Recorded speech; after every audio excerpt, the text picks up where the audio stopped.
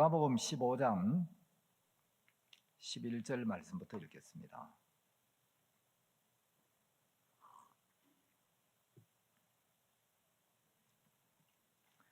누가복음 15장 11절부터 제가 읽겠습니다. 또 가라사대 어떤 사람이 두 아들이 있는데 그 둘째가 아비에게 말하되 아버지여 재산 중에서 내게 돌아올 분깃을 내게 주소서 하는지라. 아비가 그 살림을 각각 나눠 주었더니 그 며칠이 못 되어 둘째 아들이 재물을 다 모아 가지고 먼 나라에 가 거기서 허랑방탕하여 그 재산을 허비하더니 다 없이 한 후 그 나라에 크게 흉년이 들어 저가 비로소 궁핍한지라. 가서 그 나라 백성 중 하나에게 붙여 사니 그가 저를 들로 보내어 돼지를 치게 하였는데 저가 돼지 먹는 쥐염 열매로 배를 채우고자 하되 주는 자가 없는지라. 이에 스스로 돌이켜 가로되 내 아버지에게는 양식이 풍족한 품꾼이 얼마나 많은고 나는 여기서 줄여 죽는구나. 내가 일어나 아버지께 가서 이르기를 아버지여 내가 하늘과 아버지께 죄를 얻었사오니 지금부터는 아버지의 아들이라 일컬음을 감당치 못하겠나이다. 나를 품꾼의 하나로 보소서 하리라 하고 이에 일어나서 아버지께로 돌아가니라. 아직도 상거가 먼데 아버지가 저를 보고 측은히 여겨 달려가 목을 안고 입을 맞추니 아들이 가로되 아버지여 내가 하늘과 아버지께 죄를 얻었사오니 지금부터는 아버지의 아들이라 일컬음을 감당치 못하겠나이다 하나 아버지는 종들에게 이르되 제일 좋은 옷을 내어다가 입히고 손에 가락지를 끼우고 발에 신을 신기라.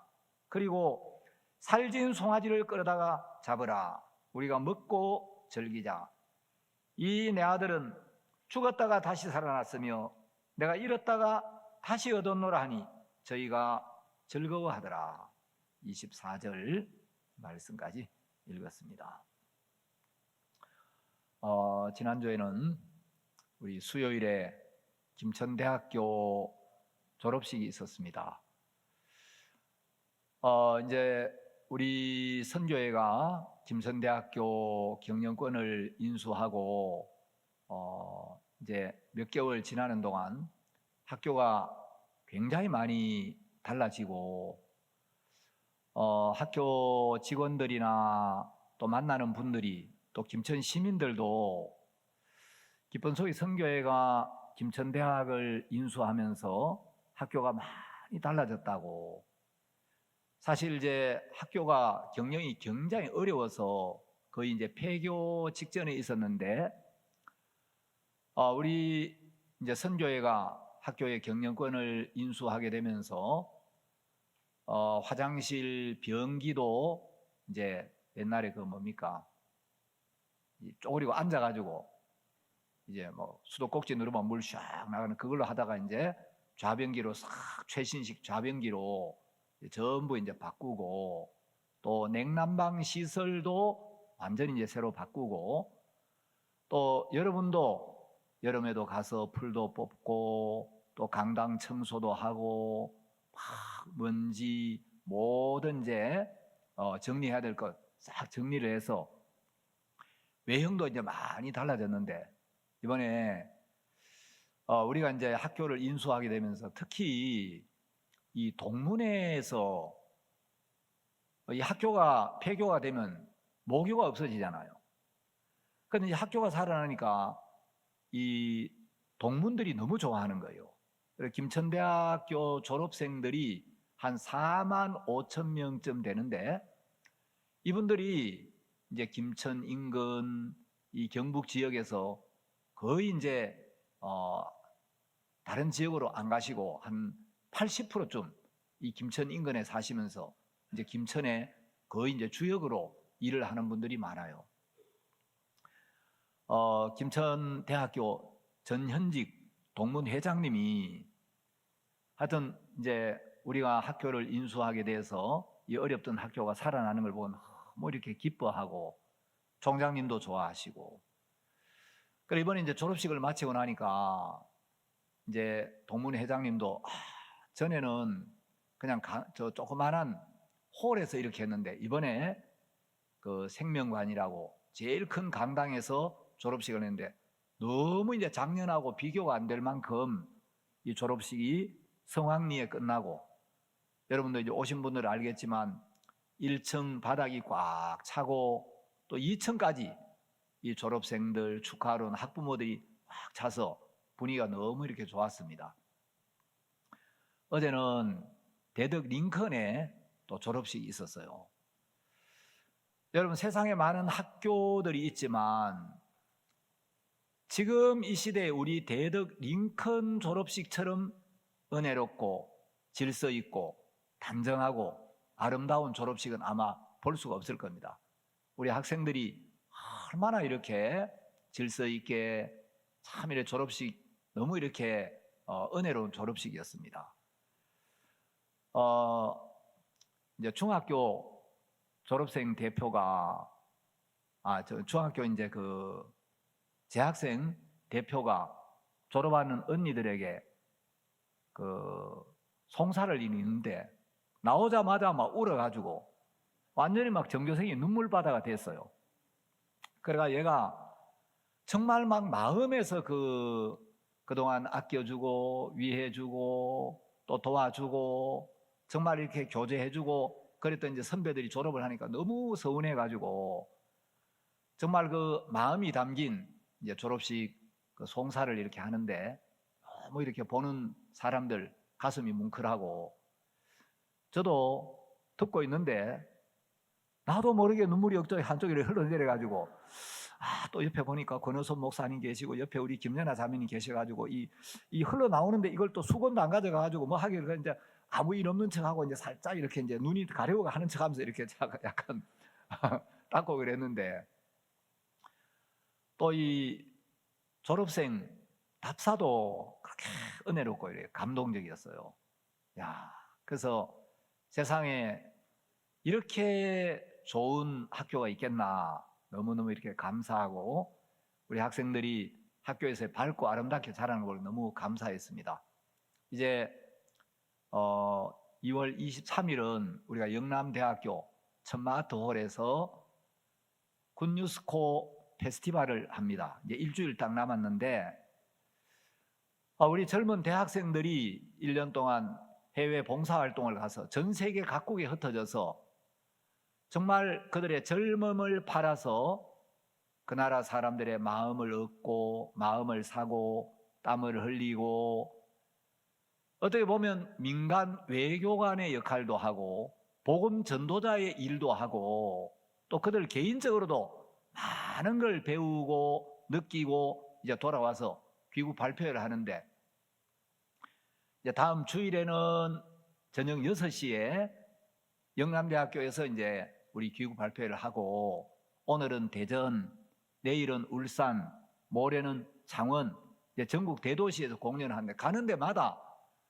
요즘 뭐 자녀들이 게임에 빠지고 뭐 공부에도 별로 관심도 없고 그냥 육신에 젖어 사는 청소년들이 많은데 학부모들, 학생들이 와서 세상에 요즘 이 시대에 이렇게 자기를 위해 살지 않고 자신의 젊음을 팔아서 해외 각 나라에 가서 땀을 흘리고 봉사하고 희생하고 이렇게 아름다운 마음, 감동적인 이야기를 가지고 와서 발표를 하는구나. 그래서 여러분, 이 말로 아무리 들어도 와서 보지 않으면 이 은혜와 감동을 제대로 느낄 수가 없어요. 그래서 여러분들이 이번 한 주간 많은 분들 초청해서 와 보라 그 이야기만 하면 돼요. 와 보라. 어디로? 영남대학교로. 뭘 보는데? 우리 IYF가 길러낸 귀한 젊은이들을 보라. 그래 이번 한 주간 와 보라고 여러분 많이 홍보를 하십시오. 어떤 분이 이야기하기를 사람을 사람답게 하는 3가지 액체가 있다. 그 3가지 액체가 뭐냐면 피와 땀과 눈물이라고 이야기를 하더라고요. 여러분, 피는 희생을 이야기하죠. 여러분, 남을 위해 희생할 줄 아는 마음, 그게 사람을 사람답게 만드는 거예요. 부모가 자식을 위해 희생하는 걸 희생으로 여기지 않고 기쁨으로 여기고, 어렵지만 힘들지만 자식을 위해서 마음을 쏟고 희생을 하고 수고하고, 그게 이제 자식들 마음에 정말 부모님에 대한 감사를 만들어내고, 부모님이 나를 위해 이렇게 희생하시는데 나도 열심히 공부해서 우리 부모님 정말 나중에 잘 모셔야지, 호강시켜 드려야지, 그런 마음을 만들어주잖아요.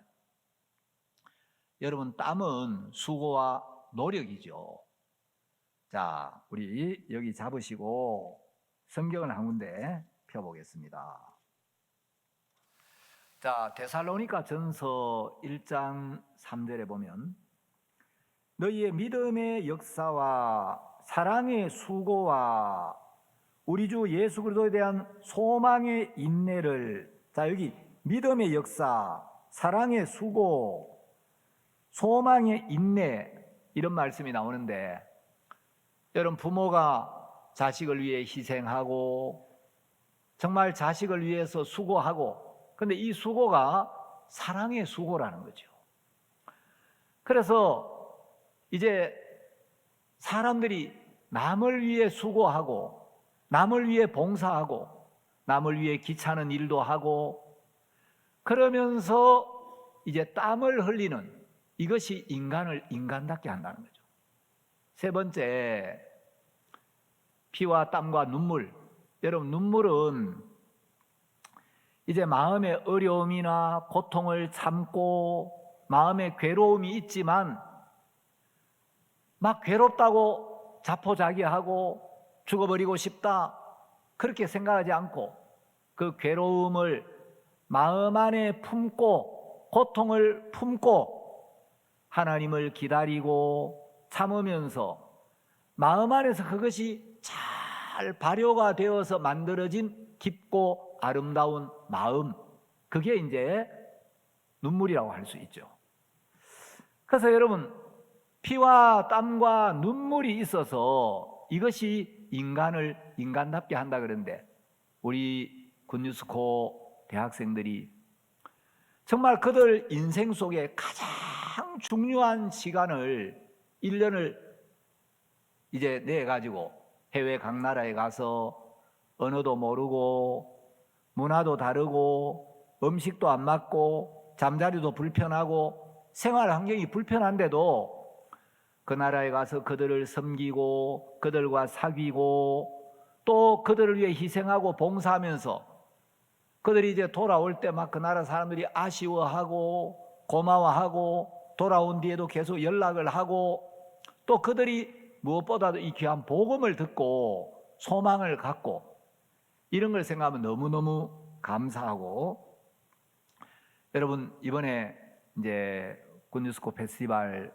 트루스토리하고 또 그 체험담, 이게 어느 때보다도 감동적이라 그러더라고요.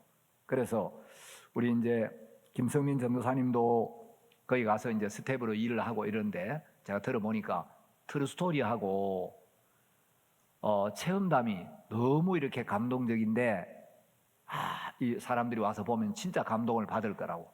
여러분, 많은 분들 이번 한 주간 초청해서, 우리만 보기에 너무 아깝잖아요. 그래서 아무리 좋은 게 있어도 이걸 전해주지 않으면 없는 거나 마찬가지예요.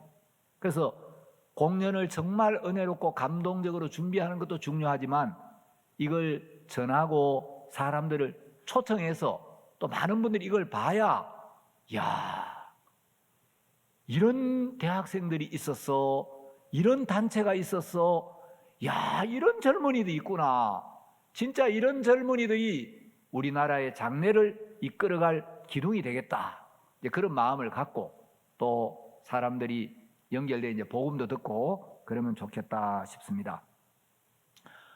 여러분, 이제 여러분들이 말씀을 이렇게 들으면 이 말씀 안에는 놀라운 능력이 있고, 말씀 안에는 은혜가 있고, 말씀 안에는 믿음도 있고, 지혜도 있고, 위로도 있고, 모든 문제와 어려움을 이길 수 있는 힘이 있어요.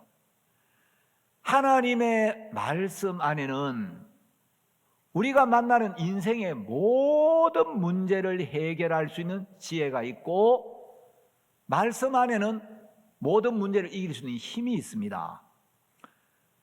여러분, 우리가 어떤 죄를 지었어도 복음의 말씀이 마음에 들어오면, 내가 악한 죄를 지었던, 부끄러운 죄를 지었던, 큰 죄를 지었던, 얼마나 오랫동안 죄를 지었던, 얼마나 많은 죄를 지었던, 예수님의 복음이 마음에 들어오면 이 복음의 능력이 그 모든 죄를 단번에 영원히 없애버리고, 우리가 정말 더러운 죄인에서 영원히 죄가 없는 의인으로 변하듯이, 죄 사함만 그런 게 아니고, 우리가 하나님의 말씀을 마음에 받아들이면 질병의 문제, 물질의 문제, 인간관계의 문제, 사회생활의 문제, 설령 우리가 죽음을 맞이한다 할지라도 예수님의 약속을 믿는 믿음이 우리 마음에 와 있으면, 나를 믿는 자는 죽어도 살겠고 살아서 나를 믿는 자는 영원히 죽지 않는다는 이 말씀을 믿는 믿음이 있으면, 죽음이 다가와도 우리가 절망하지 않고 이제 이 죽음의 강을 건너면 예수님이 계시는 영원한 나라에 가겠구나. 죄도 없고 죽음도 없고 두려움도 없고 정말 영원히 복된 그 나라로 가겠구나. 죽음의 강을 건널 때도 우리가 두렵지가 않죠. 이번에 이제 우리 링컨 학교에 안계은 목사님 손자가 들어와요. 그래, 안계은 목사님하고 저하고 이제 신학교 동기인데, 안계은 목사님은 우리 신학교 동기들 중에 제일 큰 형님이에요. 나이가 저보다 딱 10살 위에요. 안계은 목사님이 저보다 10살이 많고, 저보다 10살 적은 이제 우리 동기가 지금 인도에서 선교하시는 송무성 선교사님인데, 이번에 학생들 면접을 보는데 학부모가 어디서 좀 안면이 있는 분인데 누구더라?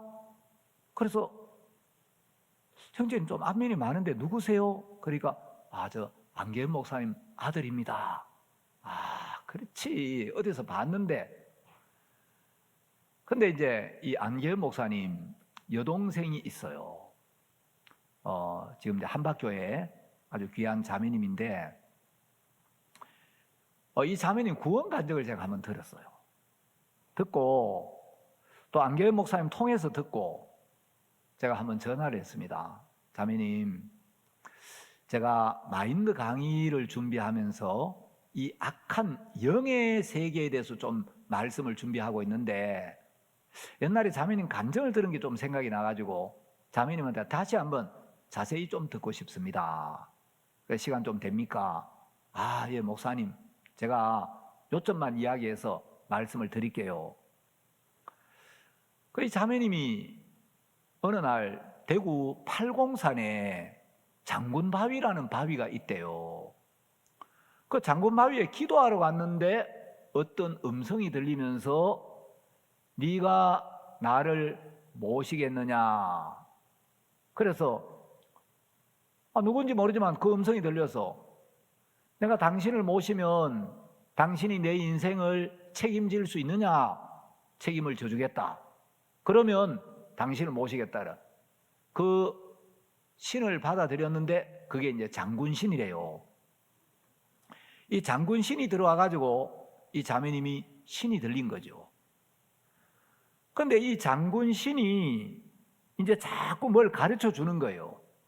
그리고 밤이 되면 이 신이 자꾸 불러낸대요. 그리고 밥 먹고 있다가 딴 사람은 아무도 안 들리는데 이 자매님 귀에는 누가 부르는 거예요. 그 밥 먹다가 갑자기 막 엄마가 문 밖으로 나왔는데, 아이들이 엄마 어디 가? 엄마 누가 불러서 가야 돼. 누가 불러? 아무도 안 부르는데, 아니야, 누가 불러. 그래가 이제 막 어떤 소리를 듣고 이제 갔더니 귀신이 부르는 거죠. 근데 귀신이, 이 장군신이 자기 인생을, 자기를 받아들이면 책임을 져주겠다 해놔놓고 시간이 지나니까 책임을 져주는 게 아니라 자매님이 막 몸이 병들어 가지고 이제 결핵이 걸려서 너무 몸이 안 좋은 거예요. 거의 죽게 생겼는데 그때 우리 수양회가 있어가지고 이제 안 목사님하고 모친님은 구원을 받으셔가지고 수양회 가자. 또 그 모친이 재미있더라고요. 딸이 아프면 그래 네가 그 신을 버리고 구원을 받아야 돼. 예수님을 믿어야 돼. 보통 어머니들이 이제 이렇게 이야기를 했는데 이 어머니가 야 이년아 죽으려면 구원이나 받고 죽으라 이년아. 또 어머니가 그랬대요. 어쨌든 이제 그래가지고 수양회를 왔는데 이 자매님이 신을 받은 뒤부터 사람들을 보면 모든 사람들 뒤에 귀신이 하나씩 붙어 다니는 거예요. 그러니까 다른 사람 눈에는 안 보이는데 이 자매님의 눈에는 전부 새카만 귀신이 하나씩 붙어 다니는데 귀신이 어떤 모양이냐고, 어떻게 생겼느냐고, 사람하고 똑같은 모양인데 새카만 모양을 하고 다니는데 하반신이 없는 그런 귀신이라는 거예요. 그러니까 보는 사람마다 목사 뒤에도 귀신이 붙어 있고 장로 뒤에도 귀신이 붙어 있고 집사 뒤에도 붙어 있고 뭐 절에 다니는 사람 뭐 다 붙어 다니는데 우리 수양회를 왔는데 깜짝 놀란 게 귀신이 안 붙어 있는 사람들이 거기 많이 있더라는 거예요. 어디 가나 귀신이 다 붙어 있는데 여기 오니까 귀신이 안 붙어 있는 깨끗한 사람들이 너무 많아가지고 놀랐는데 수양회도 귀신이 붙어 다니는 사람이 있고 안 붙어 다니는 사람이 있는데 복음반으로 가는 사람들 뒤에는 전부 다 한 놈씩 붙어가지고 막 따라가면서 이제 복음반에 가니까 이 귀신들이 막 바글바글 하더래요. 그런데 어떤 사람이 졸고 있더래요. 복음반에 막 졸고 있는데 조는 사람 옆에 귀신이 귀에다 대고 막 자장가를 불러주는지 모르겠지만 귀신이 뭐라고 이야기하는데 귀신이 이야기하니까 이 사람이 강사 목사의 말씀을 안 듣고 꾸벅꾸벅 졸고 있고 그런데 복음이 전해지고 구원을 받고 나니까 이 귀신들이 없어지더라는 거죠. 그래서 이 자매님이 그 수양회 때 구원을 받았어요. 구원을 받았는데 죄 사함을 받으면서 귀신도 떠나고 죄도 영원히 씻어져 버리고 그때부터 몸이 좋아져 가지고 결핵이 굉장히 심했는데 병이 깨끗하게 나와서 지금 수십 년이 지났는데 수십 년 동안 한 번도 약을 먹어본 적이 없다는 거예요. 그렇게 몸이 약했는데 약을 한 번도 안 먹었는데 하나님이 너무너무 건강하게 하시고 그 남편 되는 분이 그렇게 교회를 핍박하고 이랬는데 그 남편이 구원을 받아서 장로님이 됐어요. 여러분, 이 세상에는 눈에 보이지 않지만 사람들이 알거나 모르거나 악한 영적 존재가 있고 이 악한 영이 쉬지 않고 사람들 속에 일을 해요.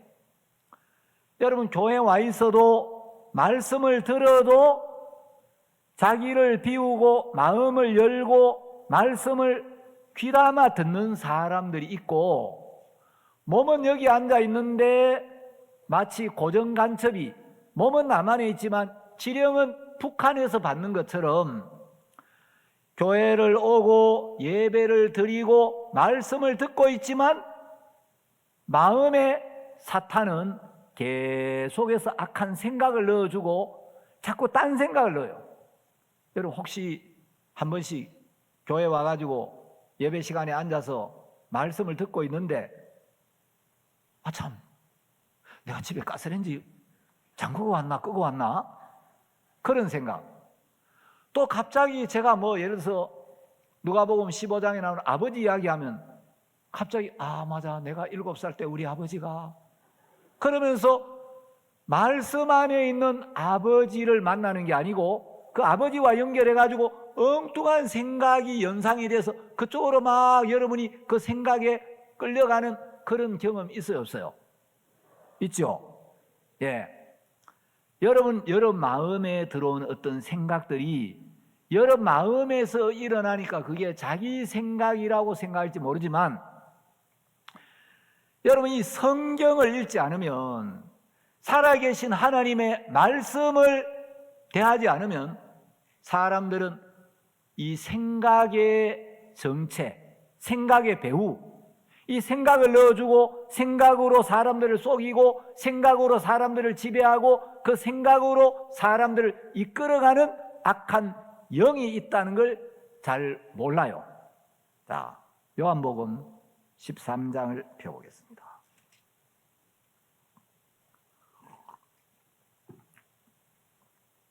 요한복음 13장 2절. 마귀가 벌써 시몬의 아들 가룟 유다의 마음에 예수를 팔려는 생각을 넣었더니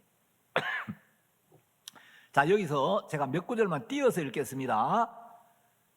마귀가 마음에 생각을 넣었더니, 자, 이 구절 안에 몇 부분을 빼고 몇몇 부분만 뽑아서 읽으면 마귀가 마음에 생각을 넣었다고 되어 있죠. 자, 그러면 마귀가 가룟 유다의 마음에 예수님을 팔려는 생각을 넣었어요. 자, 그러면 이 생각은 가룟 유다 자신 거예요? 마귀 거예요? 자, 마귀가 가룟 유다 마음에 그 생각을 넣었는데 가룟 유다가 그 마귀가 넣어주는 생각을 받아들이니까 그 생각이 가룟 유다 마음에 들어와서, 여러분, 마귀가 넣어주는 생각을 받아들이면 이 생각이 그냥 있는 게 아니고 이 생각이 자라요. 마귀는 자꾸 생각을 이끌어가요. 그래서 그 생각이 들어오면 생각을 자꾸 키우는 거예요. 야, 예수를 팔면 은 30을 받을 수 있어. 자, 그 생각을 받아들이면 언제 팔지? 어떻게 팔지? 어떻게 넘겨주지? 자, 마귀는 그냥 생각을 한번 집어넣고 그걸 받아들이면 계속해서 그 생각을 통해 사람을 지배하고 속이고 끌어가요. 한 번은 우리 이제 박 목사님께서 이런 이야기를 하시더라고요. 여러분, 사단은 이제 왜 사람들이 사단에게 속아도 잘 모르냐면 사단은 천재적인 사기꾼이에요. 여러분, 아주 전문적인 사기꾼은 남을 깜짝같이 속이고 그 사람이 속는 줄도 모르게 속이는 게 진짜 전문적인 사기꾼이죠. 사기당한다는 걸 상대방이 캐치하면 그건 좀 서툰 사기꾼이에요. 아주 전문적인 사기꾼은 상대방을 속이면서 상대방이 속는 줄도 모르게 속이는 게 아주 전문적인 사기꾼인데, 여러분, 이 우주에서 가장 뛰어난 사기꾼이 마귀예요. 근데 여러분, 사탄은 사람들 마음에 생각을 넣어주고 하나님의 마음과 다른 마음을 자꾸 집어넣어요. 한 번은 목사님이 어렸을 때, 이제 초등학교 다닐 때 수업을 마치고 집으로 가면서 내가 오늘 집에 가면 좀 청소도 하고 숙제도 하고 공부도 해야 되겠다. 그리고 어머니 아버지 일도 좀 도와드려야 되겠다. 그런 마음을 가지고 이렇게 왔는데 집으로 올 때 어떤 친구가 야, 옥수야, 오늘 저녁에 우리 사과서리 하러 가자. 안 돼, 임마. 그 사과밭 주인 아저씨 얼마나 무서운지 몰라? 야, 임마, 내가 사과서리 하러 가자 할 때는 다 생각이 있어서 하는 이야기야. 오늘 아침에 내가 학교 오는데 사과밭 주인 아저씨가 버스 정류장에 서 있는데 친구분이 자네 아침 일찍부터 어디 가는가? 나 어디 좀 며칠 다녀올 일이 있어가지고 어디 가네. 그리고 버스 타는 걸 봤거든. 그러니까 주인 아저씨가 안 계셔. 그래? 근데 그 주인 아줌마가 있잖아. 야 임마, 너 그 주인 아줌마 귀머거리라 가지고 주인 아줌마 귀가 먹었다는 거 몰라? 그래?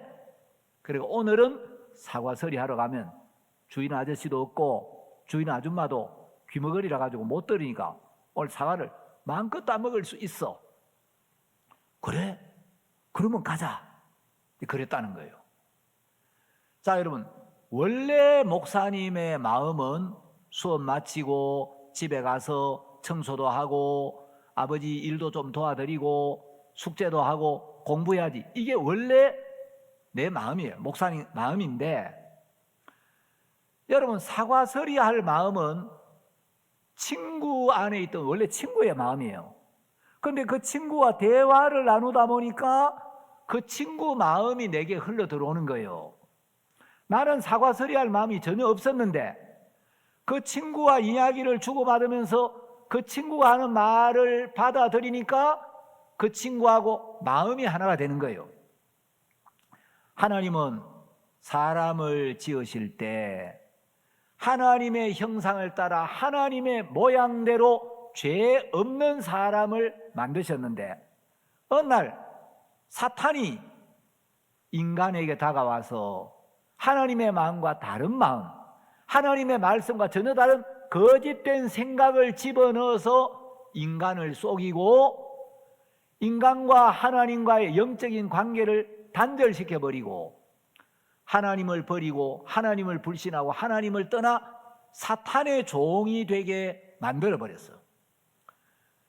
인간이 사탄의 음성을 듣고 하나님의 말씀을 버리고 말씀의 주인 되신 하나님을 불신하고 사탄하고 마음을 함께해서 사탄과 하나가 되어버린 이 상태를 성경은 죄라고 합니다. 자, 사탄은 하나님의 말씀과 다른 생각, 하나님의 말씀과 다른 마음을 인간의 마음에 넣어서 이제 인간하고 사탄이 마음을 같이 하게 된 거예요. 그래서 내 마음에 들어와 있는 모든 생각들, 하나님의 말씀과 다른 내 마음, 이게 하나님 앞에 얼마나 악한지를 깨닫고 이걸 버리고 하나님께로 마음을 돌이키는 이 돌이킴을 회개라고 이야기를 합니다. 여러분, 사탄은 내 생각을 못 버리고 내 마음을 못 버리고 내 생각을 붙들고 내 마음을 붙들고 이걸 못 버리게 하는 거예요. 하나님의 말씀과 다른 내 생각, 하나님의 말씀과 다른 내 마음, 이걸 자꾸 붙잡고 그 편에서 떠나지를 않게 하는 거예요. 자, 하나님의 말씀과 다른 생각, 하나님의 말씀과 다른 마음을 받아들여서 그 생각과 그 마음 편에 속해 있는 이 상태를 죄라고 이야기를 하고, 사탄하고 마음을 같이 해서 사탄 편에 있는 이 마음을, 이 사람을 죄인이라고 해요. 그래서 우리가 하나님의 은혜를 입으려면 사탄이 넣어준 거짓된 생각, 사탄이 넣어준 하나님과 다른 마음, 이걸 발견하고 이걸 버려야 돼요. 그걸 자기 부인이라고 합니다. 자기 생각과 자기 마음을 내려놓고 버리는 걸 자기를 부인한다고 해요. 그래서 자기를 부인하고 하나님의 말씀을 받아들이고 하나님의 마음을 받아들이는 걸 믿음이라고 해요. 여러분, 성경에서 말하는 믿음이란 건 뭐 열심을 내는 게 아니에요. 믿음이란 건 어떤 애를 쓰는 게 아니고 받아들이는 거예요. 요한복음 1장 12절에 보면 영접하는 자, 곧 그 이름을 믿는 자들에게는 하나님의 자녀가 되는 권세를 주셨으니, 자, 여기 영접하는 자가 영어로는 receive라고 되어 있어요. 받아들인다는 거예요. 받아들이는 자, 곧 그 이름을 믿는 자. 믿음이란 건 뭐냐? 받아들이는 거예요. 근데 많은 사람들은 교회를 다니면서 신앙이라는 걸 어떻게 하고 있느냐? 내가 뭔가 하나님을 위하여 열심히 애를 쓰고 노력하고 수고하고 봉사하고 뭘 하는 게 신앙인 줄 알아요. 내가 무엇을 하는 것은 행위라고 이야기를 합니다. 내가 무엇을 하는 게 아니라 하나님의 말씀 앞에서 내 자신의 모습을 정확하게 발견하고 내 생각을 내려놓고 하나님의 말씀을 마음에 받아들이고 하나님의 마음을 받아들이는 걸 가리켜서 믿음이라고 이야기를 해요. 자, 저는 오늘 누가복음 15장을 읽었습니다. 자, 이 누가복음 15장 이제 3절 이하에 보면 여기 잃어버린 세 가지 비유가 나와요. 자, 누가복음 15장 4절부터는 잃어버린 양의 비유가 나옵니다. 양 한 마리를 잃어버린 목자가 그 잃어버려진 양을 찾도록 찾는 이야기가 나와요. 그 다음에 8절 이하에는 드라크마를 잃어버린 10드라크마 중에 이제 하나를 잃어버린 그 여자가 잃어버린 드라크마를 찾을 때까지 찾는 이야기가 나오고 누가복음 15장 21절 이하에는 잃어버려진 아들을 찾은 이야기가 나와요. 자, 여기 이제 세 가지 잃어버려진 게 나오는데 이 공통점은 뭐냐? 잃어버려진 상태에 있는 존재들이 잃어버린 자를 찾아가는 게 아니고 잃어버린 자가 잃어버린 것을 찾는 거예요. 여러분, 양이 목자를 찾아가는 게 아니고 목자가 양을 찾는 거예요. 잃어버려진 드라크마가 주인을 찾아가는 게 아니고 드라크마를 잃어버린 여자가 잃어버려진 드라크마를 찾도록 찾는 거예요. 자, 잃어버려진 둘째 아들이 아버지를 찾는 게 아니고 아버지가 둘째 아들을 찾는 거죠. 여러분, 이제 여기 잃어버린 양의 비유는 팔레스타인 지방은 이 양을 주로 어떤 데서 치느냐? 이제 남과 북을 잇는 그 중앙 고원지대가 주로 목초지대예요. 그런데 이제 이 목자들은 양을 칠 때에 이제 양을 잃어버릴 수도 있기 때문에 한 서너 명씩 조를 짜가지고 양을 보살펴요. 그 저녁에 이제 낮에는 양을 풀어놨다가 저녁에 양떼를 몰고 돌아올 때 혹시 양이 다 있나, 한 마리 잃어버린 놈이 없나, 혼자 어디로 딴 데로 가가지고 방황하는 양이 없나. 그래서 목자들이 양의 수를 세워요. 그런데 양이 100마리인데 100마리 중에 한 마리가 없어지면 이 목자들이 그 잃어버려진 한 마리의 양을 찾도록 찾는 거예요. 여러분, 양을 잃어버렸을 때는 근심이 되고 염려가 되고 안타깝고 이런데 잃어버려진 양을 찾았을 때 목자는 너무 기쁘고 양도 너무 행복한 거죠. 양이 목자를 잃어버리고 혼자 방황하고 길을 잃고 막 위험한 짐승에 잡아먹힐 수도 있는데 그 양이 이제 잃어버려졌다가 목자가 자기를 찾아와서 목자가 자기를 다시 찾아줄 때 자기의 목자를 만났을 때 양이 얼마나 기쁘겠냐는 거죠. 목자도 얼마나 기쁘겠냐는 거죠. 자, 이 드라크마의 비유는 뭐냐면 이스라엘 사람들은 결혼을 할 때 이제 아내를 맞이하는 남편이 지참금 형식으로 아내에게 10드라크마를 줘요. 그럼 10개의 드라크마를 받아가지고 이 이스라엘 여인들은 그걸로 이제 머리에 띠를 만들기도 하고 목걸이를 만들기도 해요. 자, 이제 10드라크마를 머리띠로 만들어서 이제 머리에 차고 다니기도 하고 목걸이로 만들어서 달고 다니기도 하는데 그 10개의 드라크마는 이제 나는 남편이 있는 몸이다. 나는 결혼할 남편과 이제 이 드라크마가 있으니까 이제 결혼 약속을 한 사이다. 그래서 이건 남편이 준 일종의 이제 지참금, 결혼 반지와 같은 건데 여자에게는 이게 굉장히 중요해요. 그런데 이게 이제 드라크마 머리에 띠를 저렇게 이제 달고 다니죠. 자, 여러분 왼쪽에 보니까 드라크마 몇 개입니까? 전 몇 개예요? 10개죠. 저걸 이제 머리 띠를 이렇게 메고 다니는데 그 중에 드라크마 하나를 잃어버리면 이거는 결혼을 파기한다는 거예요. 드라크마를 잃어버리면 이제 이 결혼의 약속이 깨져버리고, 결혼하기로 했는데 여자가 드라크마를 간직을 잘 못해가지고 하나를 잃어버리면 정말 그 귀한 남편과 결혼이 깨지는 거예요. 굉장히 불행한 일이죠. 그래서 이 여자가 드라크마를 이제 머리띠를 가지고 다니는 그걸 잃어버리면 어디서 잃어버렸지? 그 이스라엘 이제 팔레스타인은 그 땅 위에다가 뭐 양들도 같이 지내고 이제 막 집 이제 풀도 깔고 이래 이제 그 거실에 이제 막 집도 깔아놓고 풀도 깔고 어디서 잃어버렸는지를 모르니까 그 드라크마를 찾으려고 등불을 켜고 밤에 아이고 어디서 잃어버렸지? 내가 어디 갔다 어디 왔는데 여기서 잃어버렸나 저기서 잃어버렸나.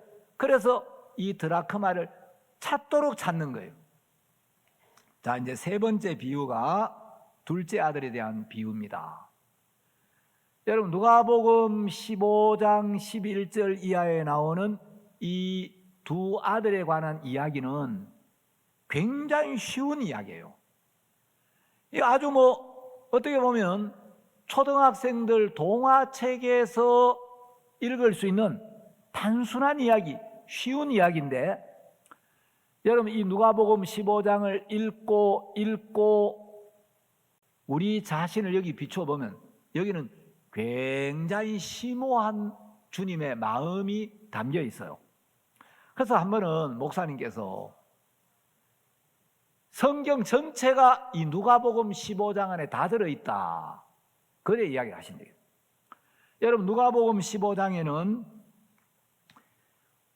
여기 성경 전체 우리 인생이 전부 다 들어있어요. 자, 여기는 하나님이 있어요. 아버지로 비유된 하나님이 있고 하나님의 사랑, 하나님의 능력, 하나님의 지혜, 하나님의 풍성한 은혜, 하나님의 긍휼, 그리고 여기 사탄이란 단어는 없지만 자기를 신뢰하고 아버지를 떠나게 하고 아버지께 돌아오지를 못하게 하고 또 둘째 아들을 정죄하는, 또 자기 오름을 붙들게 하는 그런 사탄도 여기에 있는 거예요.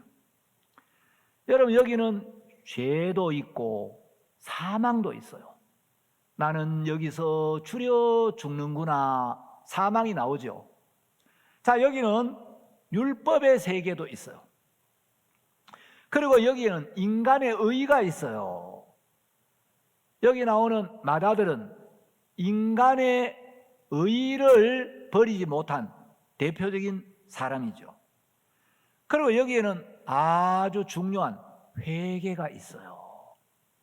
아버지께로 마음이 돌이켜지는 회개도 있고 여기는 믿음도 있고 죄사함도 있고 거듭남이 있어요. 여러분 죄사함 거듭남의 비밀이 이 누가복음 15장에 있습니까 없습니까? 둘째 아들이 아버지께 돌아와서 그 모든 죄를 사함받고 새 사람으로 거듭나고 새로운 피조물이 되고 아버지 안에서 너무 행복하고 평안하고 감사한 삶을 누리는 이런 거듭나는 삶이 여기에 담겨 있습니다. 그리고 아버지 안에서의 새 삶도 있고 여기 아버지와의 복된 교제도 여기 있어요. 그리고 넘치는 은혜가 있고 넘치는 감사가 있고, 여러분 이 누가복음 15장 안에 얼마나 깊은 하나님의 마음이 담겨있는, 이건 예수님이 만드신 비유인데 어떻게 보면 단순한 비유인데 이 말씀 안에 굉장히 놀라운 하나님의 마음이 담겨 있어요. 자, 어떤 아버지에게 두 아들이 있었습니다. 어느 날 아버지가 두 눈을 뜨고 시퍼렇게 살아 계시는데 둘째 아들 녀석이 버릇없이 아버지, 어차피 아버지 돌아가시면 아버지 모은 재산 다 형하고 저한테 나눠줄 거잖아요. 어차피 나눠줄 거, 언제 나눠줘도 나눠줄 건데 아버지 지금 저한테 돌아올 분깃을 저한테 주십시오. 제가 먼 나라에 가서 사업을 한번 해보고 싶습니다. 이 둘째 아들이 자기는 잘할 수 있다. 아마 성경 기록은 안 돼 있지만 둘째 아들은 잘하면서 아버지도 시들하게 여기고 형도 시들하게 여겼을 거예요. 형 하는 거 보면 난 저래 안 해. 난 더 잘할 수 있어. 지금은 뭐 아버지가 재산을 좀 많이 가지고 있기는 한데 나는 먼 나라에 가서 사업하면 아버지보다 훨씬 더 잘할 수 있어. 그래서 자기를 믿는 마음이 크고 자기를 신뢰하는 마음이 크니까 형도 시들해 보이고 아버지도 시들해 보이고, 그래서 이제 아버지가 분깃을 각각 나눠 주셨어요. 자, 맏아들에게도 분깃을 주셨고 둘째 아들에게도 분깃을 나눠줬는데 둘째 아들이 아버지의 분깃을 받아가지고 먼 나라로 떠났습니다. 자신만만하게 내가 이 분깃을 가지고 먼 나라에 가서 막 사업을 해가지고 사업이 잘 돼가지고 아버지 앞에 보란듯이 돌아오리라 금이환영하면서, 아버지, 제가 아버지 집을 떠날 때 아버지 걱정하셨죠? 아버지 미덥지가 못해가 염려를 많이 하셨죠? 보십시오, 제가 몇 년 만에 아버지 재산보다 몇 배나 더 많이 이렇게 성공해가지고 오지 않았습니까? 그래 당당하게 돌아오리라고 아버지를 떠났는데, 여러분 둘째 아들은 성공을 향하여, 행복을 향하여, 평안을 향하여, 기쁨을 향하여 가고 있다고 생각을 했어요. 생각 속에서. 그런데 실제로는 뭘 향해 가고 있느냐? 허랑방탕을 향해, 허비를 향해, 궁핍을 향해, 돼지우리를 향해, 죽음을 향해 가고 있는 거예요. 실제 둘째 아들은 죽음을 향해 가고 있는데 자기는 성공을 향해, 자기는 먼 나라로 가면 잘할 줄 아는 거예요. 여러분 이런 걸 신기루라고 해요. 자, 둘째 아들이 그리고 둘째 아들이 꿈꾸었던 인생은 실제 둘째 아들의 인생에는 없는 삶이었어요. 생각 속에서 자기는 먼 나라에 가면 잘하고 잘 될 줄 알았지만 실제 그가 만난 삶은 허랑방탕, 허비, 궁핍, 돼지우리, 그리고 실패, 고통, 죽음을 향해 가고 있는 거예요. 자, 아버지가 둘째 아들이 먼 나라를 향해 떠난다고 할 때, 야 이놈아, 인생살이가 그래 호락호락한 게 아니다. 세상이 얼마나 험한 줄 아냐? 너는 아직 경험도 없고 넌 세상을 잘 몰라. 내가 분깃만 주면 네가 가서 뭐 잘할 것 같지? 절대 그렇지 않아. 너 아직 마음을 낮추고 아버지 밑에서 많이 배워야 돼. 아버지가 교제를 했겠어요, 안 했겠어요? 여러분 아들이 뭐 분깃 달라고 한다고 그래 안 그래도 주려고 생각하고 있었다. 그래 가져가거라. 가서 잘해봐라. 그랬겠어요? 둘째 아들이 아버지를 떠나면 망한다는 걸 아버지는 알아요. 교제를 했겠죠. 네 생각을 버리고 아버지 말을 들어.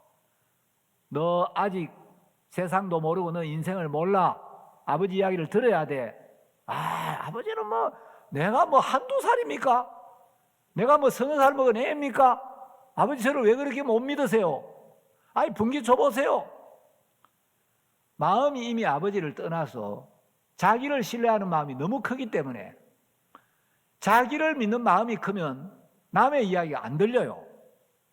자기를 신뢰하는 마음이 굳어지면 아무리 간곡하게 아무리 옳은 이야기라도 그게 들리지가 않아요.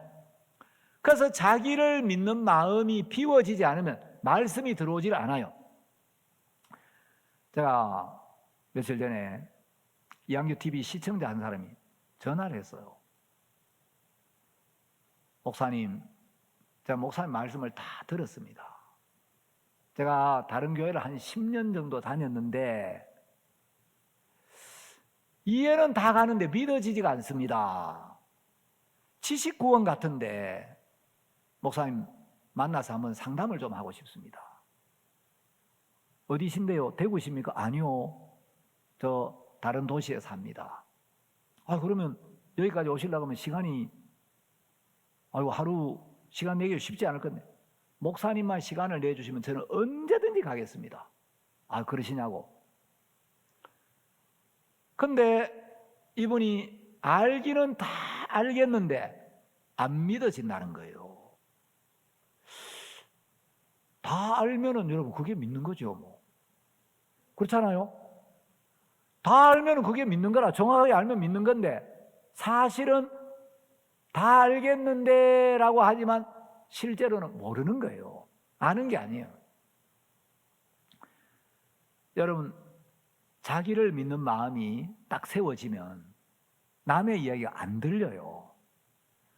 그래서 이제 제가 날 잡아서 한번 오라고 이제 이야기할 참인데, 자, 여러분 신앙하면서 죄 사함을 받을 때도 그렇지만 죄 사함을 받은 후에도 하나님의 말씀이나 교회와 종의 인도보다 자기를 신뢰하는 마음이 더 커져버리고 자기를 믿는 마음이 강하게 형성되면 말씀이 들리질 않아요. 귀로는 듣지만 마음은 여전히 자기 자신의 소리를 듣게 돼 있지, 그냥 말씀이 참고가 될 뿐이지 말씀이 믿음이 안 돼요. 제가 알기는 다 알겠는데 믿어지지 않는다. 여러분, 말씀이 머리에 들어가서 말씀이 머리에 들어와 있으면 그건 이론과 지식이라고 해요. 말씀이 마음에 들어왔을 때 그걸 믿음이라고 이야기해요. 그 머리로 뻔히 아는데 마음은 여전히 자기를 신뢰하고 자기를 믿는 마음이 서 있으면 듣기는 듣는데 말씀이 참고가 될 뿐이지 능력이 되고 믿음이 되질 않아요.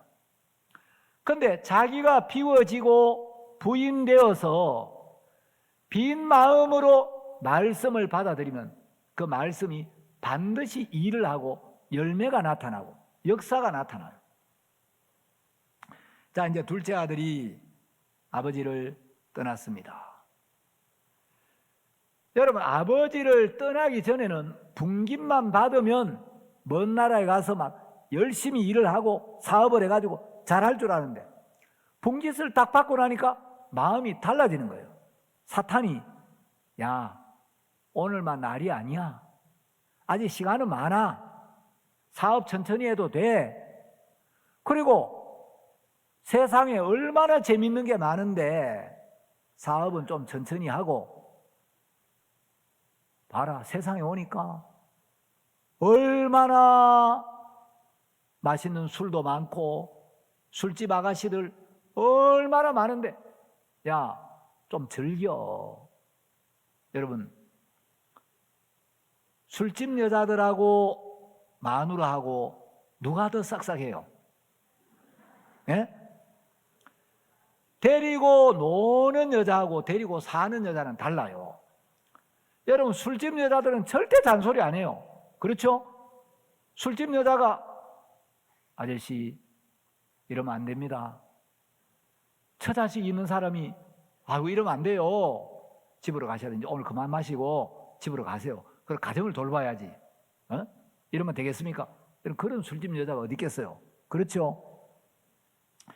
술집 여자들은 돈을 빼내기 위하여 간도 다 빼줄 것처럼 하하 호호 그러면서 얼마나 싹싹하게 그러겠어요. 근데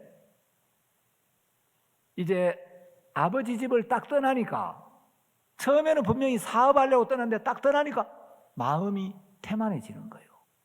맞아, 아직 시간은 많아. 그래가지고 이제 허랑방탕한 삶에 빠져드는 거예요. 허랑방탕한 삶에 빠지면서 아버지한테 분기, 예를 들어 한 10억을 받았다 해봅시다. 10억을 받았는데 뭐 아직 9억이나 있는데 1억을 써도 아직 뭐 9억이나 있는데 에이 1억 좀 없애도 내가 사업하면 뭐 9억 가지고 사업하면 까짓 거 뭐 돈 1억 그거 뭐 금방 벌지. 그러면서 여유를 부리면서 이제 2억을 썼어요. 어우, 술값으로 2억이나 많이 나갔네. 그것도 아직 뭐 8억 있는데, 자 2억 쓴 걸 크게 여기지 않고 아직 8억 있는데, 그러면서 자꾸 자기를 믿도록 사단이 일을 해요. 여러분, 허랑방탕의 동생이 누군 줄 압니까? 예? 허수아비의 아들이 누군지 알아요? 허수아비의 아들 몰라요? 허수아비의 아들이면 허수예요. 허수. 그렇잖아요. 허수아비의 아들이면 허수인데 허랑방탕의 동생이 누구냐면 흡입니다. 흡이. 허랑방탕이 오면 필연적으로 흡이가 따라오게 돼 있어요. 근데 다 흡의를 했는데 이제 그때쯤 되면 내가 어쩌다가 이렇게 됐지. 야, 이 지경까지 될 줄은 몰랐는데 허랑방탕한 삶을 살고 살림을 창기와 함께 먹어치우다 보니까 세상에 아버지가 준 분깃을 다 흡의해버리고 말았구나. 마침 그 나라에 크게 흉년이 든 거예요. 그래서 먹을 것이 없으니까 이제 돼지 치는 사람에게 가서 거기에 붙여가지고 돼지가 먹는 쥐염열매로라도 배를 채우고자 하는데 그것마저 주는 사람이 없는 거예요. 제가 이스라엘에 가가지고 쥐염열매를 한번 봤습니다. 그 쥐염열매 보니까 꼭 아카시아 열매처럼 돼 있어요. 여러분, 아카시아 열매가 이렇게 떨어져 가지고 그거 딱 굳으면 딱딱하잖아요. 그 이스라엘에 쥐염열매가 이제 그 쥐염열매 나무 밑에 가지고 쥐염열매가 떨어져 있어 가지고 그걸 이제 그 콩처럼 돼 있는데 깍지를 딱 열어 가지고 씹어 보니까 너무 딱딱하게 말라 가지고 이빨도 잘 안 들어가더라고요. 그런데 그 쥐염열매로 배를 채우고자 하되 그것마저 주는 자가, 쥐염열매 보이죠? 저게요 까가지고 저 씹어보면 굉장히 딱딱해요. 저걸 막 먹을 수가 없는 거예요. 그런데 이제 쥐염열매조차 주는 사람이 없는 거라. 여러분, 둘째 아들이 허랑방탕하게 살다가 이제 먹고 살려니까 쥐염열매라도 먹어야 되는데 이제 아침에 돼지를 치고 돼지가 먹는 쥐염열매, 그건 사람이 먹는 게 아니죠. 돼지가 먹는데 그거라도 같이 나누어 먹으려고 그거라도 배를 채우고자 하는데 그것마저 주는 자가 없는 거예요. 여러분, 돼지 치는 게 쉽습니까? 어렵겠습니까? 밥 먹고 살려니까 아침 일찍 일어나가지고 부지런히 일을 하고 마구 치우고 돼지 죽 주고 똥 치우고 이제 고통스러운 삶이 시작이 되는 거예요. 자, 그런데 세상 사람들은 허랑방탕하게 살다가 돼지 치는 삶, 부지런하고 성실하게 열심히 살면 어려운데도 열심히 노력하면 개과천선했다. 사람이 달라졌다. 이렇게 이야기해요. 그런데 태만하고 교만하고 허랑방탕하게 살다가 성실하고 부지런한 삶으로 바뀌어도 이게 회개가 아닙니다. 성경이 말하는 회개라는 것은, 왜냐하면 허랑방탕하게 사는 거나 부지런하게 사는 거나 여전히 아버지와 상관없는 삶이에요.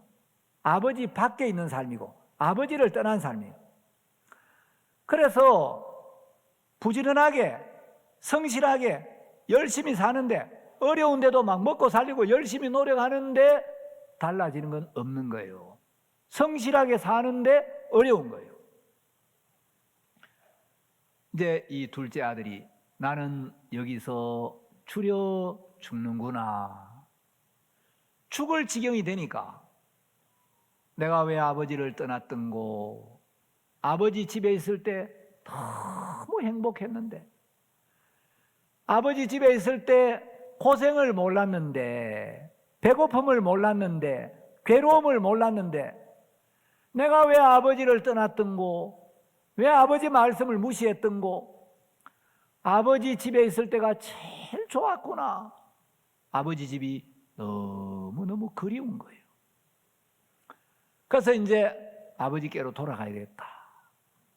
아버지가 주신 그 애써 모은 분깃 다 탕진하고 아버지께 돌아가면 아버지가 나를 받아주실까?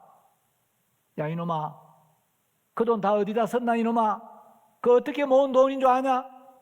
그걸 살림을 장기와 함께 먹어치운 데 다 써? 그 돈을 갖다 허랑방탕에 써 이놈아? 나가 이놈아? 그러시지는 않을까? 그런데 둘째 아들이 추려 죽는 위치에 들어가면서 자기를 쭉 돌아보니까 내가 아버지 말씀보다 나를 더 믿었었구나. 아버지가 너는 아직 세상을 몰라, 너는 아직 어려, 네 판단 믿으면 안 돼, 너 그냥 먼 나라에 가면 잘할 줄 알지만 세상이 호락호락하지가 않아. 넌 너를 믿지 말고 아버지한테 배워야 돼 이놈아. 그런데 아버지를 무시하고 아버지 말씀을 듣지를 않았는데 이제 와서 돌아보니까 내가 너무 교만했구나. 아버지 말씀이 옳았구나. 내가 그때 아버지를 이겨먹고 아버지를 무시했구나. 이제 아버지께로 돌아가야 되겠다. 여러분, 제가 이제 동서울에 있을 때 어떤 자매가 대학생인데 지금은 이제 어떤 그 선교사 3호로 복음의 일을 하고 있는데 아프리카에 해외 봉사를 갔어요. 아프리카에 전기도 안 들어오고 물도 막 이제 수도가 없어가지고 양동이를 들고 물을 길르기 위하여 한 막 1.5km쯤 가가지고 이제 구덩이를 파가지고 물을 이제 그 판 웅덩이에서 나온 물을 깔아앉혀가지고 그걸 떠가지고 와갖고 그걸로 이제 세수도 하고 머리도 감고 이러는데 처음에 가니까 너무 불편한 거예요. 1.5km나 양동이 들고 그 이제 웅덩이 파놓은 데서 물을 퍼담아가지고 그것도 좀 깔아앉혀가지고 구정물 조금 깔아앉은 뒤에 이제 위에 거만 떠가지고 와서 그걸로 이제 빨래도 하고 뭐 세수도 하고 이렇게 하는데 굉장히 불편했는데 1년 동안 해외 봉사활동을 마치고 한국에 돌아오니까 갑자기 마음이 너무 풍요로워지더라는 거예요. 이야, 이렇게 밝은 전기불, 이렇게 편안한 잠자리, 꼭지만 틀면 쫙 나오는 물, 이야, 천국 같다. 그래가지고 자기 아버지한테 조제를 한 거예요.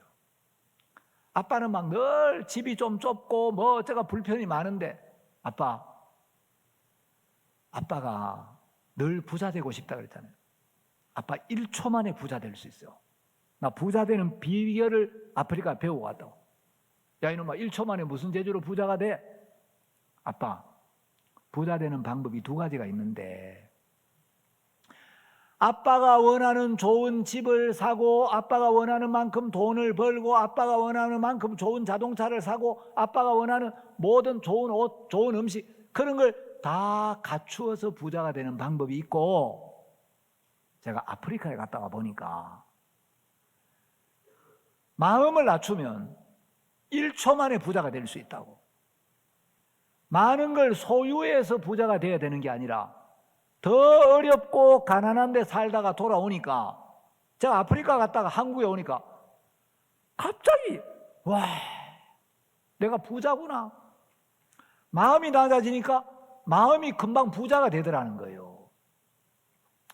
둘째 아들의 마음이 비워졌습니다.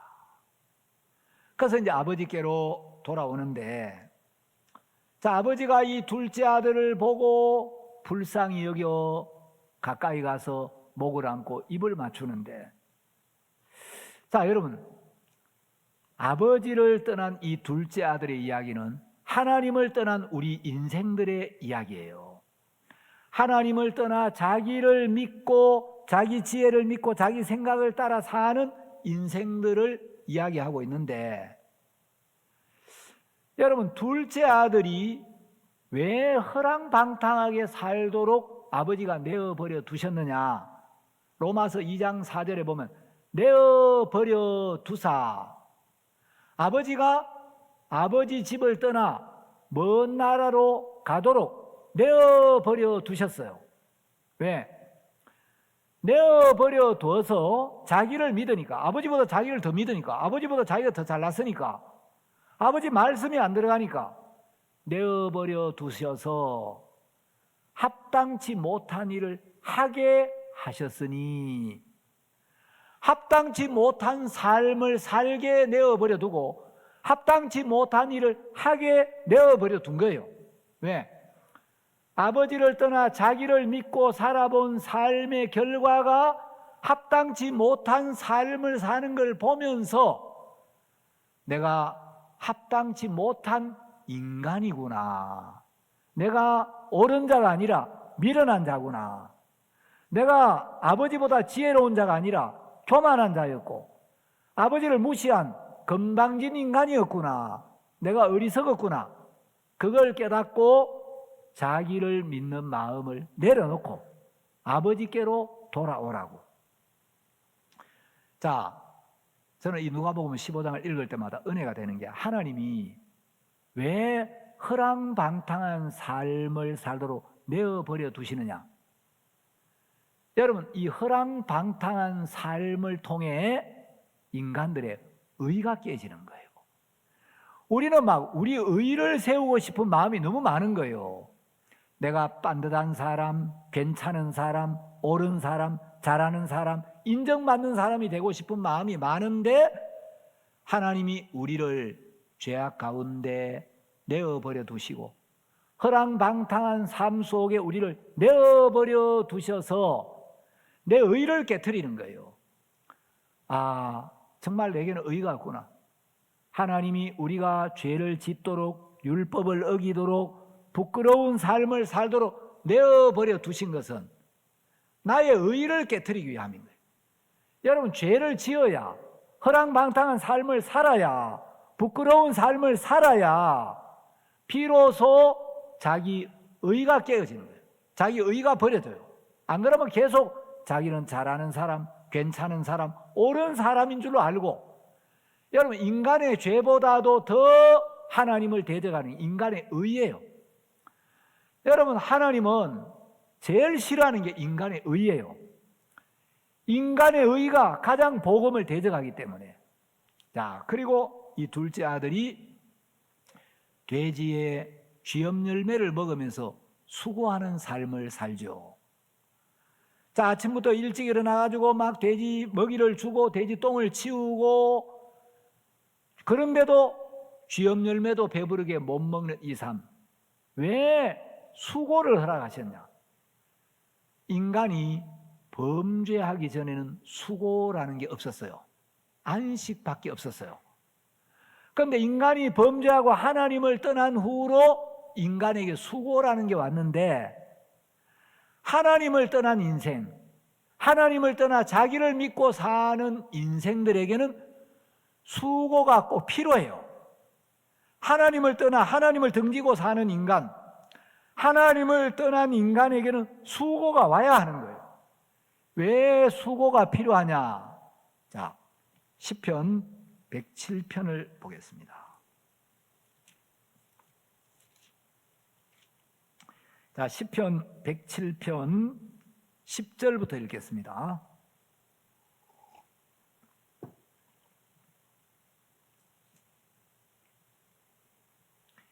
사람이 흑암과 사망의 그늘에 앉으며 곤고와 쇠사슬에 매임은 하나님의 말씀을 거역하며 지존자의 뜻을 멸시함이라. 12절을 다 같이 한 목소리를 읽겠습니다. 시작.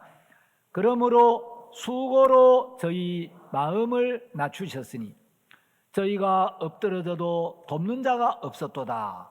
자, 여기 수고가 무슨 일을 하냐? 수고로 저희 마음을 낮추셨으니, 말씀으로 마음이 안 낮아지고 지존자의 뜻을 멸시하는 사람에게는 수고가 와야 되는 거예요. 죽을 고생을 해야 되는 거라. 그래서 눈물 젖은 빵을 먹어봐야 진짜 아버지 안에 거하는 게 너무 복되었구나. 여러분, 왜 인생에게 수고가 필요하냐? 교만하고 하나님보다 자기를 더 신뢰하고 교회보다 자기가 더 옳고 종의 말씀이나 판단보다 자기가 더 높아져 있는 사람에게는 수고가 와서 이 수고가 높아진 마음을 낮추는 하나님의 연장이 되는 거예요. 그래서 그냥 말씀으로 마음이 안 내려가니까 하나님이 수고를 통하여 마음을 낮추는 일을 하는 거예요. 자, 그 다음에 이제 이 둘째 아들이 아버지를 떠나서 실패합니다. 아버지를 떠나서 허랑방탕, 수고, 실패를 만나게 되는데, 여러분, 우리는 실패 안 하려고 막 길을 쓰잖아요. 근데 실패 안 하려고 해서 안 되는 게 아니고 아버지를 떠나면 실패할 수밖에 없어요. 여러분, 인생들에게 실패는 왜 필요하냐? 하나님을 떠난 인생들에게 실패가 필요해요.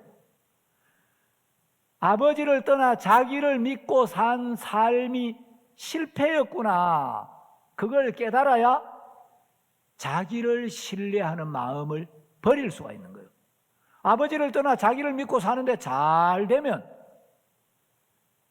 아버지 뭐 무슨 필요가 있어? 내가 왜 아버지한테 돌아가? 아버지를 무시하는 거예요. 자, 하나님을 떠난 인생들에게는 실패가 와야 합니다. 실패가 와서 자기를 믿는 마음을 내려놓을 수 있게 하는 거예요. 그리고 하나님께로 돌아오요.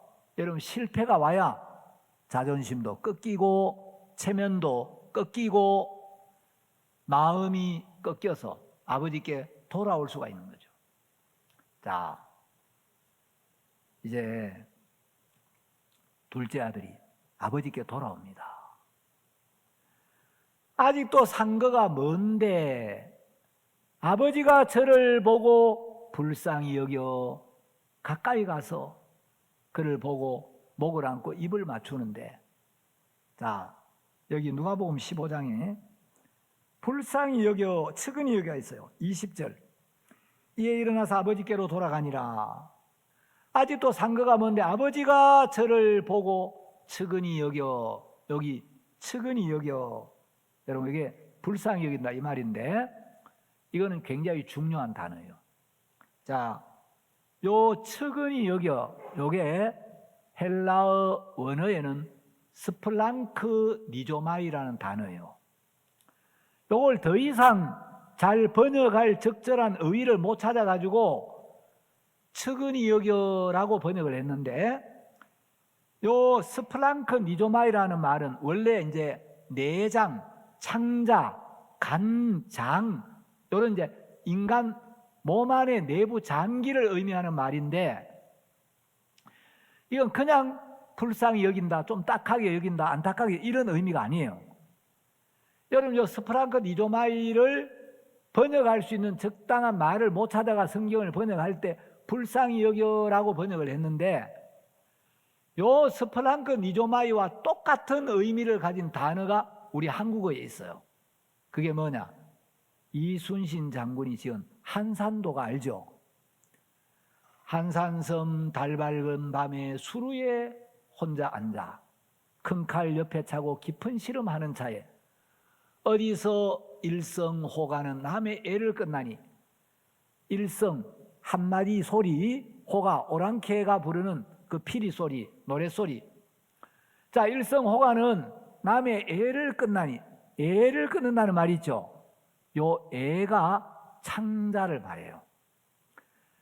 자, 지금 막 이순신 장군이 나라가 풍전등화의 위기에 있는데 어마어마한 외적들이 이제 우리 조선을 짓밟으려고 피리 소리가 막 들려오는데 우리 수군은 너무 적고 왜군은 배가 133척이나 되고 우리 수군은 12척밖에 없는데 야, 10배가 넘는 이 왜군을 상대해가지고 만일 여기서 우리가 지면 나라 전체가 쑥대밭이 되고 완전히 이제 외놈들의 종이 되는데 어디서 일성호가는 남의 애를 끊나니 남의 애를 끊는다. 요게 스플랑크 니조마이하고 똑같은 말이에요. 여러분 여기 이 아버지가 이제 자기 길을 버리고 자기를 믿는 마음을 버리고 아버지께로 돌아오는 이 아들을 향해 갖고 있는 마음이 그냥 좀 안쓰럽다, 딱하다 이 마음이 아니에요. 이건 스플랑크 니조마이는 애를 끊는다. 막 창자가 끊어지는 듯한 아픔. 여러분 혹시 그 모원단장이라는 고사성을 들어봤는지 모르겠는데 옛날에 중국에 이제 춘추전국 시대 동진이라는 나라가 있었어요. 그 동진에 환원이라는 사람이 이제 총나라를 정벌하기 위하여 양쯔강을 쭉 거슬러 올라가는데 해안 가까이로 가다 보니까 삼협이라는 이제 세 가지고 협곡이 있는 삼협이라는 곳을 지나는데 원숭이가 한 마리 가까이 있는데 그 병사가 원숭이를 탁 잡았어요. 그래서 원숭이를 이제 배에 태워가지고 올라가는데 이 어미 원숭이가 새끼가 사람한테 잡혀가 이제 배를 타고 계속 올라가는데 사람에게 잡혀간 새끼를 보니까 막 원숭이 어미가 막 가슴이 타는 거예요. 계속 울면서 막 소리를 지르면서 백리를 따라온 거예요. 근데 이제 이 배가 그 배하고 어느 정도 이제 해안하고 좀 가까이 붙었을 때 이 어미 원숭이가 배 안에 펄짝 뛰어 들어왔어요. 뛰어 들어오자마자 바로 죽었어요. 그러니까 사람들이 어미 원숭이의 배를 갈라 보니까 새끼 때문에 너무 속이 타가지고 창자가 토막토막 다 끊어져 있는 거예요. 그걸 단장이래요. 끈을 단 창자장. 여러분 단장의 미아리 고기 들어봤죠? 6.25 때 막 남편이 이 북한 공산당에게 잡혀 끌려가는데 살아올지 죽어서 영원히 못 돌아올지 모르니까 사람만 돌아오소 울며 가신 이곡에여 한마는 미하리 곡에 뭐 있죠? 그 제목이 뭐예요? 단장의 미하리. 그게 끈을 단 창자장자예요. 남편이 끌려가는데 막 창자가 끊어지는 듯한 그 아픔을 대중가요로 이제 만든 거죠. 여러분 예수님이 우리를 향해 갖고 있는 그 마음이 바로 스플랑크 니조마이 측은히 여기가 그 어미 원숭이가 새끼 원숭이를 볼 때 막 안타깝고 속이 타들어가듯이 막 공산군에게 끌려가는 그 남편을 보면서 창자가 끊어지는 듯한 그 아픔으로 아내가 노래를 부르듯이 주님이 우리를 향해 갖고 있는 마음이 이 마음이라는 거예요. 여러분 얼마나 놀라운 사랑이에요. 그래서 이 측은이라는 말은 원어에서 이게 정확한 의미는 정말 창자가 끊어지는 듯한 인애와 긍휼 이렇게 설명이 되어 있어요.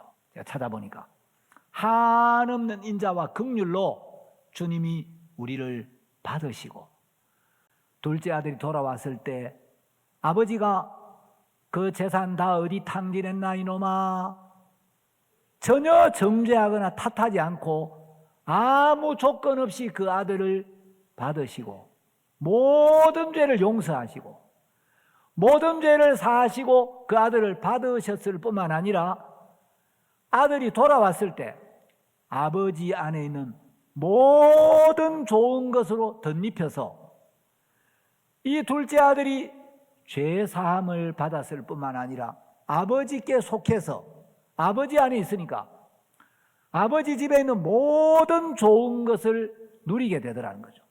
제일 좋은 옷을 내어다 입히고 발에 신을 신기고 가락지를 끼우고 살진 송아지를 잡고, 여러분 구원을 받으면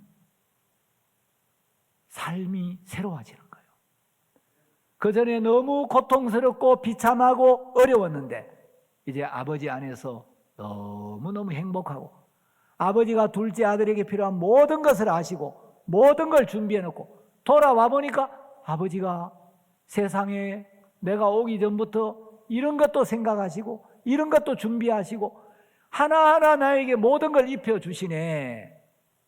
그래서 아버지를 떠난 삶은 너무 비참하고 고통스러운데 아버지께 돌아오니까 매일매일 감사하고, 생각하면 감사하고, 잠을 자도 감사하고, 밥을 먹어도 감사하고, 입고 있는 옷을 봐도 감사하고, 나 같은 인간이 이런 가락지를 낄 자격이 되나? 아버지가 끼워준 가락지, 여러분 이 가락지는 약속을 이야기해요. 돌아오니까 네 모든 죄를 사했노라. 내가 네 죄와 불법을 다시는 기억지 않겠노라. 예수의 피로 너의 모든 죄를 영원히 씻었노라. 이제는 내 아들이니라. 내가 너를 위하여 네 남은 삶 필요한 모든 걸 준비하고 너를 복되게 하마. 아버지를 떠나 자기를 믿고 살 때는 너무 고통스러운데 자기가 끝이 나고 아버지께 돌아오니까 아무것도 안 하는데 아버지가 일을 하시더라는 거죠.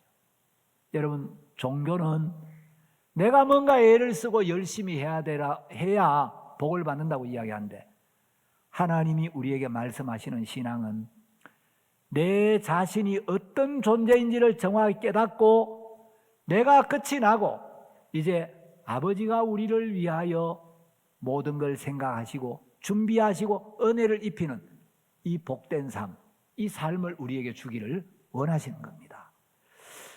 여러분, 하나님이 우리를 마치 그 잡혀가는 새끼를 보면서 마음이 타서 백리길을 따라오면서 계속 울부짖다가 뛰어들어와서 창자가 끊어진 그 어미처럼 그렇게 우리를 긍휼히 여기시고 측은히 여기시고, 여러분 누가복음 10장 25절 이하에도 보면 강도 만난 자 비유가 나오죠. 사마리아인이 그를 보고 불쌍히 여겨, 그 불쌍히 여겨, 그게 똑같은 단어예요. 강도 만난 자를 그냥 딱하게 여기는 이런 차원이 아니고 그 어미 원숭이처럼 주님이 우리를 그렇게 안타깝고 간절한 마음으로 측은히 여기고, 또 누가복음에 보면 그 과부의 아들이 죽은 이야기 나오죠. 그래서 예수님이 불쌍히 여겨 가라사대 울지 말라. 그 불쌍히, 여러분 신약에 요 불쌍히로 번역된, 측은히로 번역된 이 단어가 원어로 보면 우리를 향한 간절한 하나님의 인애와 사랑을, 긍휼을 담고 있는 단어라는 거죠. 여러분이 구원을 받았으면 바로 이런 놀라운 은혜와 사랑 안에 들어와 있고 주님 우리를 그렇게 아끼고 위하신다는 겁니다. 오늘 말씀은 여기까지 하겠습니다.